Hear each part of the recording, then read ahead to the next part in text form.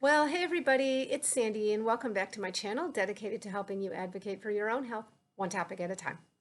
So today I want to talk about fish oil because I saw a little bit of a news cycle that got started the other day, or yesterday, I guess, and yeah, I had some really strong feelings about it. So I want to talk about it. I'm going to talk about exactly what are the properties of fish oil that are so widely discussed and widely studied, my opinions about its implications amidst COVID-19. Spoiler alert, I'm going to be a little bit cynical there.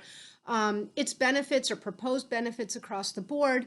A formula, here's another spoiler alert. I personally take fish oil supplements. I've been taking it, a supplement of fish oil for many years now. So I'll link in the description box below the formula that I use.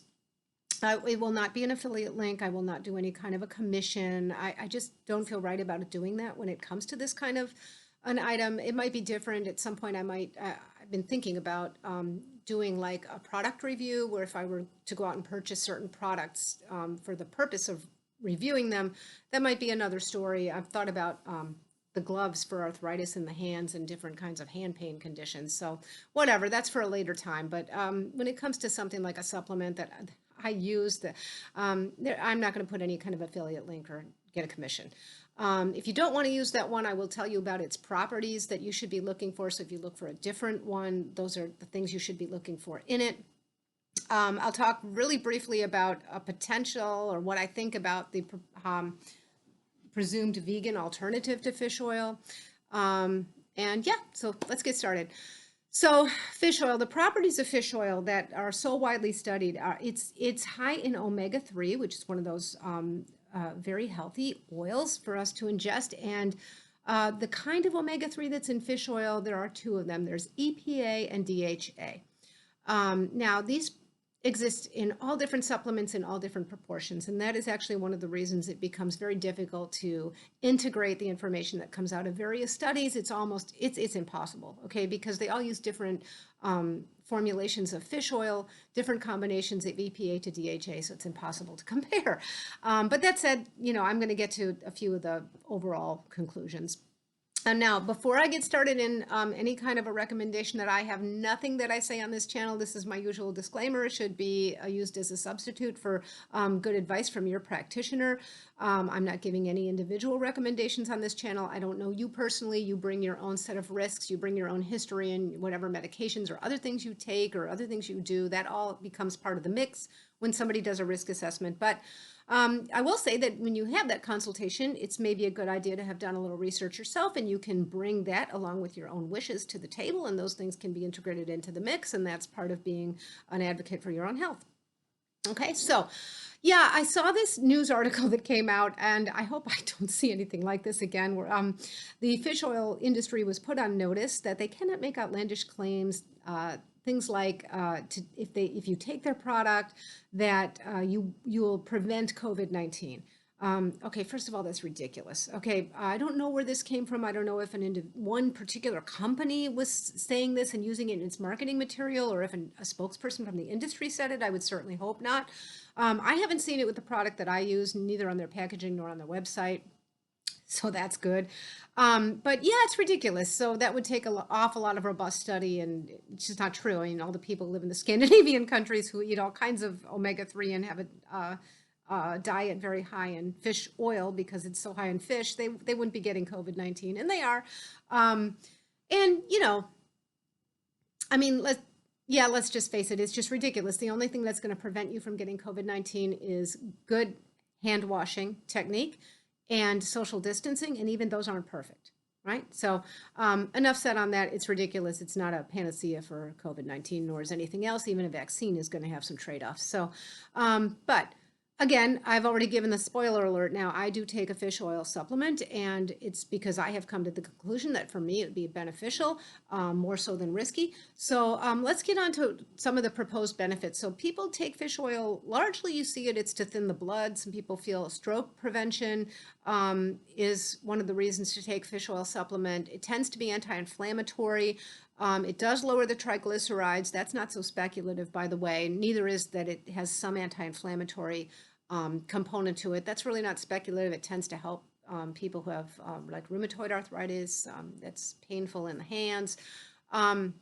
And it even seems to help to some extent with depression, either on its own or as an adjunct to an antidepressant medication. But that's beyond the scope of this video. But suffice it to say that probably has something to do with its anti-inflammatory impact and its ability to cross membranes. So yeah, stroke prevention. It's interesting because that seems to be what's the most widely touted benefit of fish oil. And what I found when I went looking is that that is the one that is the most speculative. It's just that the information is all over the board, probably largely because, like I said, there's all different formulas that they're using when they study it. It does seem pretty well resolved that the best thing is to eat oily fish 3 times a week rather than taking a fish oil supplement. But if you're not doing that 3 times a week, which most of us don't, the supplement would be the next best thing. And the other thing seems to be that the EPA in it is particularly beneficial. Okay, so I think that's why we see the results all over the board in the studies, because they all have different ratios of EPA to DHA, and it seems that EPA is particularly protective. So yeah, when I get to the recommendation I have on which formula to use, if you're going to use one, I'm going to talk about that. But anyway, so the issue on stroke prevention, while it's not completely put to bed, we do know that it thins the blood and it might help with the thrombotic stroke prevention. So that's the kind of stroke that has to do with a clot, which is the overwhelming majority of strokes. It is anti-inflammatory.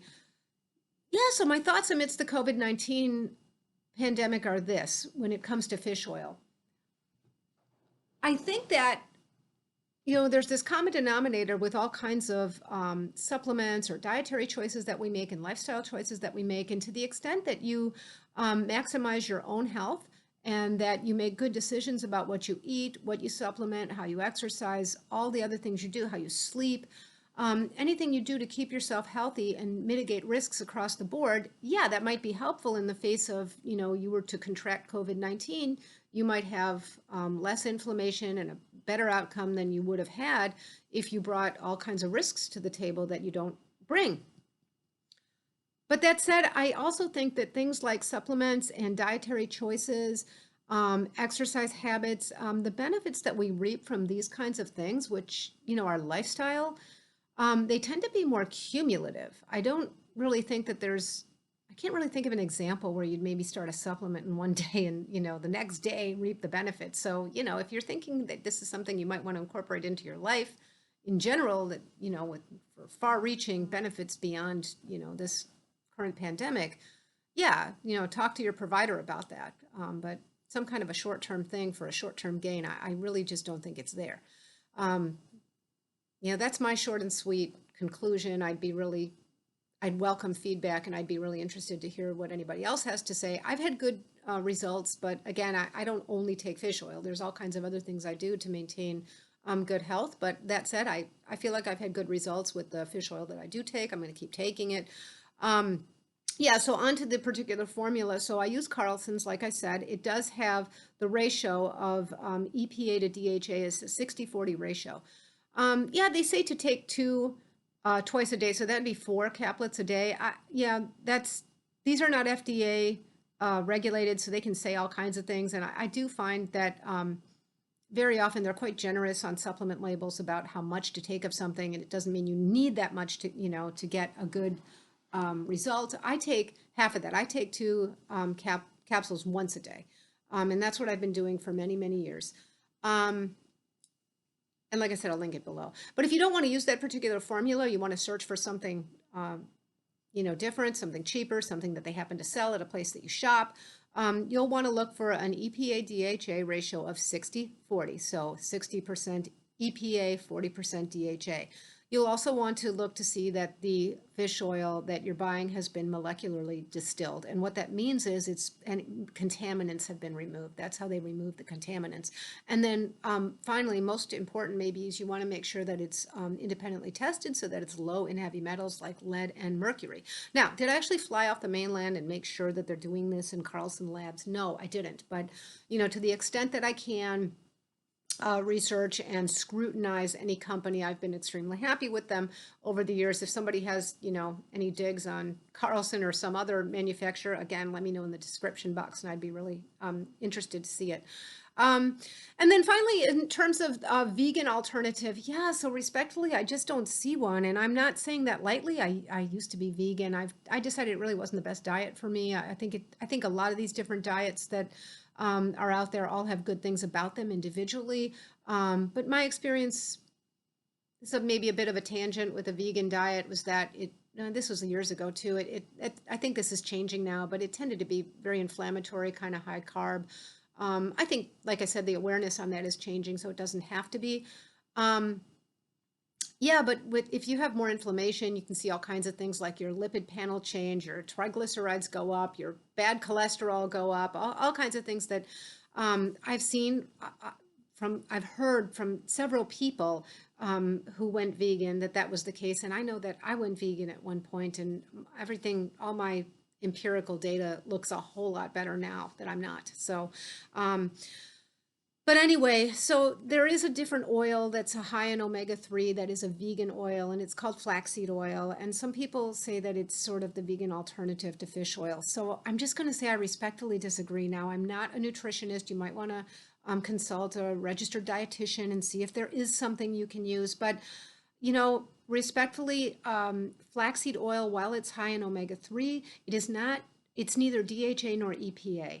It is high in ALA, which my understanding is has to be converted through an enzymatic process into what we need, and that we really lack the sufficient enzyme to convert it. So as it stands now, I've concluded that flax oil is not really a good substitute for fish oil if you're looking for some of these properties.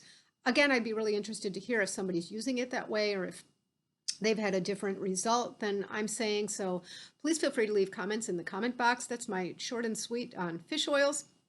And again, I'd really like to hear your feedback. Please subscribe, and please pass this on to anybody that you think might find it helpful. Until next time, be well. Bye-bye.